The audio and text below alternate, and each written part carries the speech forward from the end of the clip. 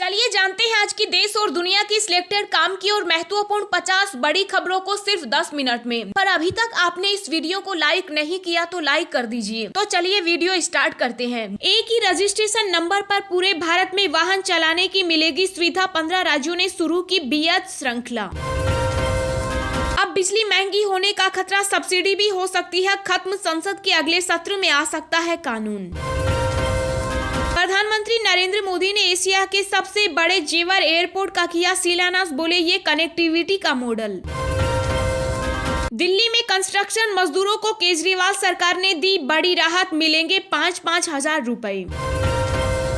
Railway ने यात्रियों को दी बड़ी राहत। अब कई स्टेशनों पर 50 की जगह 10 रुपए में मिलेगा प्लेटफॉर्म टिकट। तालिबान को पाकिस्तान से ज्यादा भारत पर भरोसा, मदद का किया स्वागत। अटारी के रास्ते भेजा जाएगा गेहूं और दवा। केंद्र सरकार ने 13 राज्यों और केंद्र शासित प्रदेशों को लिखी चिट्ठी। टेस्टिंग घटने और संक्रमण दर बढ़ने पर जताई चिंता। अडानी ग्रुप के चेयरमैन गौतम अडानी ने मुकेश अंबानी को किया पीछे, बने एशिया के सबसे बड़े अमीर व्यक्ति। देश में जल्द शुरू हो सकता है डिजिटल बैंक, नीति आयोग ने 31 दिसंबर तक मंगाए सुझाव। नवाब मलिक का पीएम मोदी पर निशाना, कहा चुनाव जीतने के लिए कुछ भी कर ले, हार निश्चित। सीतापुर बुद्ध सम्मेलन में रक्षा मंत्री राजनाथ सिंह बोले हमारे लिए भगवान से कम नहीं है किसान। पंजाब कांग्रेस अध्यक्ष नवजोत सिंह सिद्धू का बयान, कहा ड्रग्स पर रिपोर्ट जारी करे पंजाब सरकार, नहीं तो करूंगा भूख हड़ताल। शरद पवार का केंद्र सरकार पर वार, कहा अगर चुनाव न होते तो नहीं वापस होते कृषि कानून। देश में पिछले 24 घंटे में 9,119 नए कोविड-19 केस आए सामने, 396 लोगों की हुई मौत। पंजाब सीएम ने पीएम मोदी को लिखा पत्र, कोविड से मरने वालों के परिजनों को 4 लाख रुपए दे मुआवजा, 25% खर्च उठाने को तैयार राज्य सरकार। पीएम से मुलाकात के बाद बोली ममता बनर्जी, हम चाहते हैं यूपी में बीजेपी हारे, अखिलेश की मदद को तैयार। कर्नाटक के एसडीएम मेडिकल कॉलेज में 66 छात्र कोरोना पॉजिटिव, प्रशासन ने 2 हॉस्टल किए सील। मेघालय में कांग्रेस पर ममता की मेगा स्ट्राइक, पूर्व सीएम मुकुल संगमा समेत 12 विधायक टीएमसी में हुए शामिल। 7 लाख युवाओं के लिए खुलेंगे रोजगार के दरवाजे, इस खास स्कीम को केंद्र सरकार ने अगले 5 साल के लिए बढ़ाया। पीएम नरेंद्र मोदी संविधान दिवस पर आयोजित विभिन्न समारोह को करेंगे संबोधित। नौसेना में शामिल हुई 4थी स्कॉर्पियन क्लास सबमरीन वेला, नेवी चीफ करमबीर सिंह बोले चीन और पाकिस्तान पर नजर। दिल्ली मेट्रो की पिंक लाइन भी हुई ड्राइवर लेस, दुनिया के 4थे स्थान पर पहुंचा डीएमआरसी। राकेश टिकैत का बड़ा ऐलान, मोदी सरकार को बताया किन शर्तों को मानने पर किसान खत्म करेंगे आंदोलन। अखिलेश यादव और जयंत चौधरी की मेरठ में 7 दिसंबर को होगी रैली, गठबंधन पर होगा ऐलान। कांग्रेस को एक और बड़ा झटका लगना तय, अमरिंदर सिंह के साथ खड़ी हुई सांसद परनीत कौर। लखनऊ की रैली में अखिलेश यादव का बड़ा ऐलान, कहा यूपी में सरकार आने पर कराएंगे जातीय जनगणना। सुप्रीम कोर्ट का केंद्र को निर्देश, सीएपीएफ की 2 कंपनियां तुरंत भेजे त्रिपुरा, मीडिया कवरेज की दी इजाजत।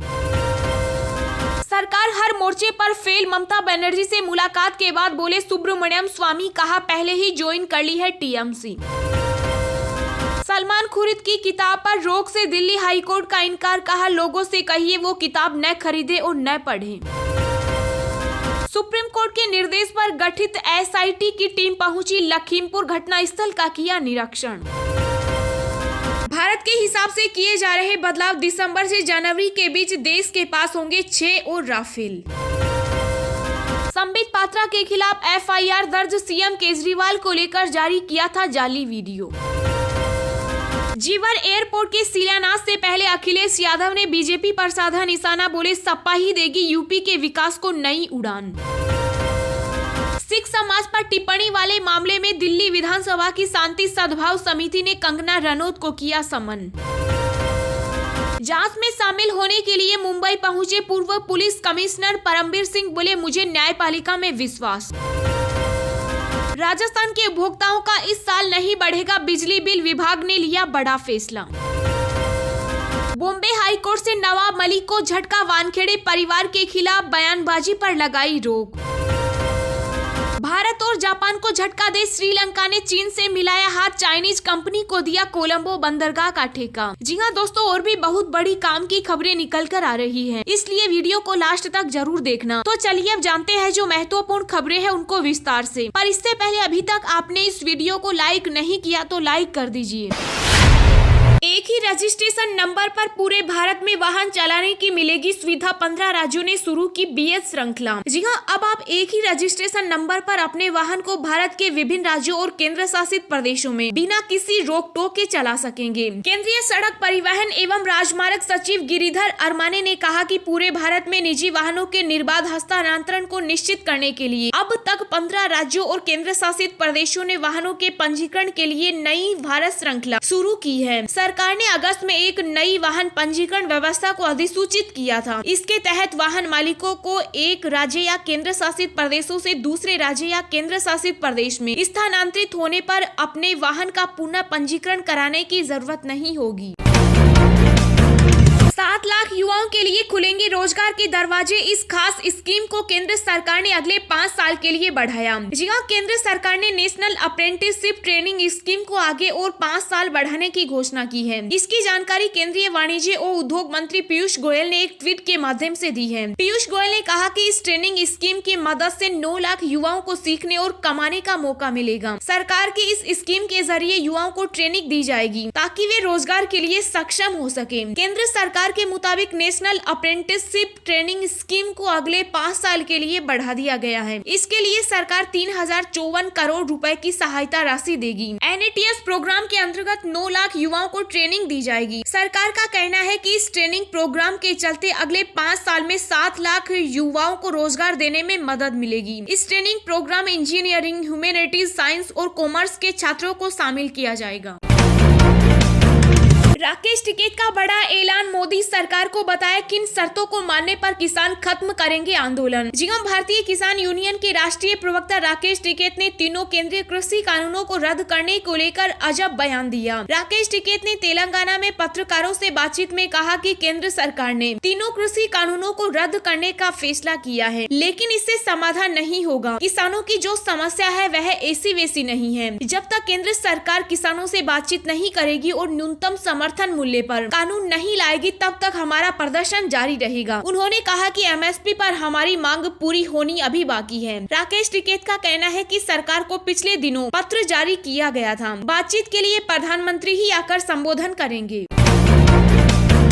प्रधानमंत्री नरेंद्र मोदी ने एशिया के सबसे बड़े जेवर एयरपोर्ट का किया शिलान्यास, बोले ये कनेक्टिविटी का मॉडल। जी हां, प्रधानमंत्री नरेंद्र मोदी ने ग्रेटर नोएडा के जेवर में भारत के सबसे बड़े एयरपोर्ट की नींव रखी। नोएडा इंटरनेशनल एयरपोर्ट के शिलान्यास समारोह में पहुंचे पीएम मोदी ने पहले यहां पर एक प्रदर्शनी का अवलोकन किया। प्रधानमंत्री नरेंद्र मोदी ने जेवर एयरपोर्ट शिलान्यास कार्यक्रम को संबोधित करते हुए कहा कि गरीब हो या मध्यम वर्ग, किसान हो या व्यापारी, मजदूर हो या उद्यमी, हर किसी को इंफ्रास्ट्रक्चर का लाभ मिलता है। जेवर एयरपोर्ट की सुविधाओं का खजाना साबित होगा। पश्चिमी यूपी के हजारों लोगों को ये एयरपोर्ट नए रोजगार भी देगा। पीएम मोदी ने कहा कि जिसे पहले की सरकारों ने झूठे सपने दिखाए, आज वही यूपी अंतर्राष्ट्रीय छाप छोड़ रहा है। आज यूपी में अंतर्राष्ट्रीय स्तर के मेडिकल संस्थान, रेलवे, हाईवे, एयर कनेक्टिविटी मिल रही है। इसलिए आज देश और दुनिया के निवेशक कहते हैं यूपी यानी उत्तम सुविधा। निरंतर निवेश यूपी की इसी अंतर्राष्ट्रीय पहचान को नए आयाम दे रही है। केरल ने 13 राज्यों और केंद्र शासित प्रदेशों को लिखी चिट्ठी, टेस्टिंग घटने और संक्रमण दर बढ़ने पर जताई चिंता। जी हां, केंद्रीय स्वास्थ्य मंत्रालय ने कई देशों में कोरोना के बढ़ते मामलों के बीच कई राज्यों को चिट्ठी लिखी। इसमें केंद्र ने कोरोना को लेकर सजग रहने की हिदायत दी। मंत्रालय ने कई देशों में कोरोना के बढ़ते मामलों का हवाला देते हुए पश्चिम बंगाल, केरल, महाराष्ट्र और पंजाब सहित 13 राज्यों और केंद्र शासित प्रदेशों को पत्र लिखकर कुछ जिलों में साप्ताहिक जाँच दरों में गिरावट पर चिंता जताई। मंत्रालय ने नागालैंड, सिक्किम, महाराष्ट्र, केरल, गोवा, मणिपुर, मेघालय, मिजोरम, जम्मू और कश्मीर, पंजाब, राजस्थान, पश्चिम बंगाल और लद्दाख को लिखे पत्र में केंद्रीय स्वास्थ्य सचिव राजेश भूषण ने हाल ही में यात्रा में वृद्धि को देखते हुए टेस्टिंग रेट को बढ़ाने की अपील की है। भूषण ने कहा कि त्योहारों, शादियों और कई छुट्टियों को ध्यान में रखते हुए टेस्टिंग बढ़ाने को कहा गया है।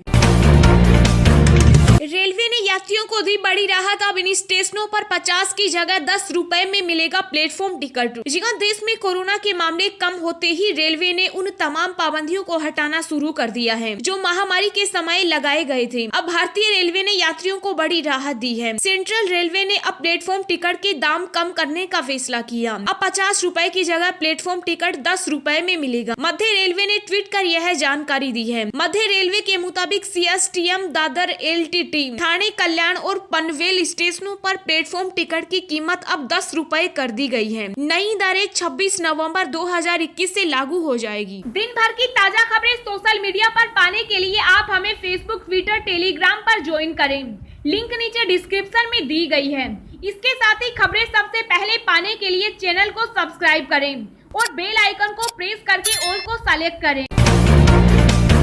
पीएम नरेंद्र मोदी संविधान दिवस पर आयोजित विभिन्न समारोह को करेंगे संबोधित। जी हां, प्रधानमंत्री नरेंद्र मोदी संविधान दिवस पर संसद के केंद्रीय कक्ष में आयोजित समारोह को संबोधित करने के अलावा इस अवसर पर आयोजित होने वाले विभिन्न कार्यक्रमों में भी शिरकत करेंगे। प्रधानमंत्री कार्यालय की ओर से जारी एक बयान में कहा गया है कि इस वर्ष संविधान दिवस के अवसर पर प्रधानमंत्री नरेंद्र मोदी संसद और विज्ञान भवन में आयोजित कार्यक्रमों में हिस्सा लेंगे। इनके अलावा प्रधानमंत्री उच्चतम न्यायालय की ओर से आयोजित 2 दिवसीय संविधान दिवस समारोह का उद्घाटन भी करेंगे। पीएमओ के मुताबिक संसद भवन के केंद्रीय कक्ष में आयोजित कार्यक्रम में राष्ट्रपति रामनाथ कोविंद, उपराष्ट्रपति एम वेंकैया नायडू, प्रधानमंत्री नरेंद्र मोदी और लोकसभा अध्यक्ष ओम बिरला संबोधित करेंगे। राष्ट्रपति इस अवसर पर संवैधानिक लोकतंत्र विषय पर आयोजित एक ऑनलाइन क्विज प्रतियोगिता की भी शुरुआत करेंगे। राष्ट्रपति के संबोधन के बाद संविधान की प्रस्तावना का पाठ किया जाएगा।